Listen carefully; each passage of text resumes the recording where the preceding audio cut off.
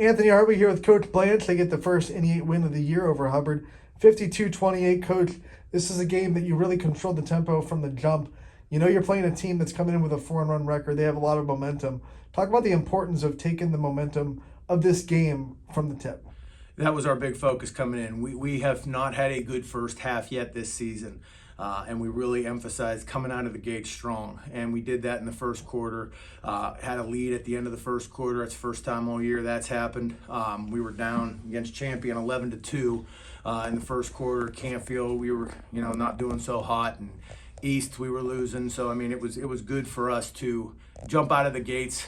Big NE8 game out of the gates, and like you said, they have all the momentum going for them. 4-1. Coach Manzo does a great job over there, and we knew they were going to come here, be excited. And I was just hoping that we came out with the intensity. We have been practicing so hard. Credit to these kids and these coaches on the staff. They come and they bring it every single day, and it's not easy to do when you're not winning. So starting out 1-3, none of these kids have ever experienced that in this program. And I was just glad that we came out and kept believing, and they were working extremely hard. I'm so proud of them. You know, we were talking before the game, and one of the things that you said was a real big problem in the East game was the rebounding that you let East have. And tonight, the rebounding was a completely different story. You were rebounding like crazy. Talk about the work one game apart that the team put in to box out and get rebounds. Yeah, I credit that to poor coaching. I told them I fault myself on that because we weren't doing enough in practice to emphasize that and demand more. They worked extremely hard, and we've changed some things up in practice. I mean, East had 15 field goals in the game. They scored 0 3-pointers, and they had 13 inside the blocks for layups. And that's just unacceptable because a lot of those 13 layups came from missed shots, second, third chance, and just putting it back up and in. That was a game we let slip through our fingers, and like I said, it was just poor preparation on my part, and we did a much better job preparing, and I hope they take this and carry the momentum going forward. Half-court defense has never been a problem with this team. You held Hubbard to 28 points. I think like 16 or 17 of those came from one person. Talk about the defensive effort and how it's keeping this team afloat.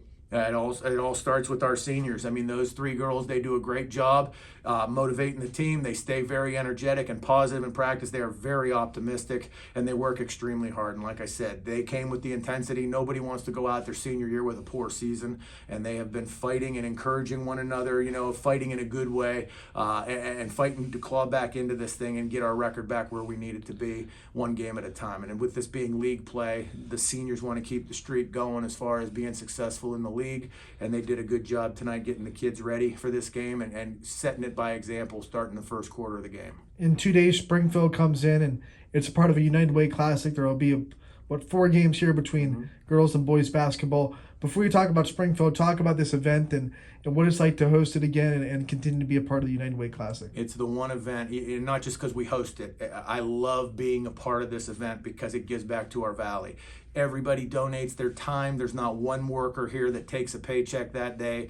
Everybody pitches in. Bob Hannon does a tremendous job. Roxanne Seabest does a great job organizing everything, putting everything together, getting the information out, and all the money that comes in throughout the day, the donations from companies, everything goes back to our valley to help out those in need. And it's just a tremendous feeling to know that we're a part of that, a very small part of that, but yet a part of that, especially during the holiday season. So very excited to be a part of that. And like I always say, there's no losers in that day's event. I mean, just for being a part of it, bringing your fans, you're helping out people in need. It's a tremendous event, well run, and I'm very proud to be a part of it. And then talk about Springfield and what kind of obstacles you think they might face. And you're playing a team that has been to 3 straight regional finals. They obviously have that kind of experience. What's it mean to play that team on Saturday? Oh, it's a great rival right down the street. I mean, we're excited to have them come down. Always well coached. Coach Matisse, his whole family, line of coaches, and they do a tremendous job getting their girls excited to play. I know they're excited to be a part of the event as well. It's going to be a tremendous challenge. I mean, no doubt. They have shooters. They got a big post presence in the middle with Jamaica.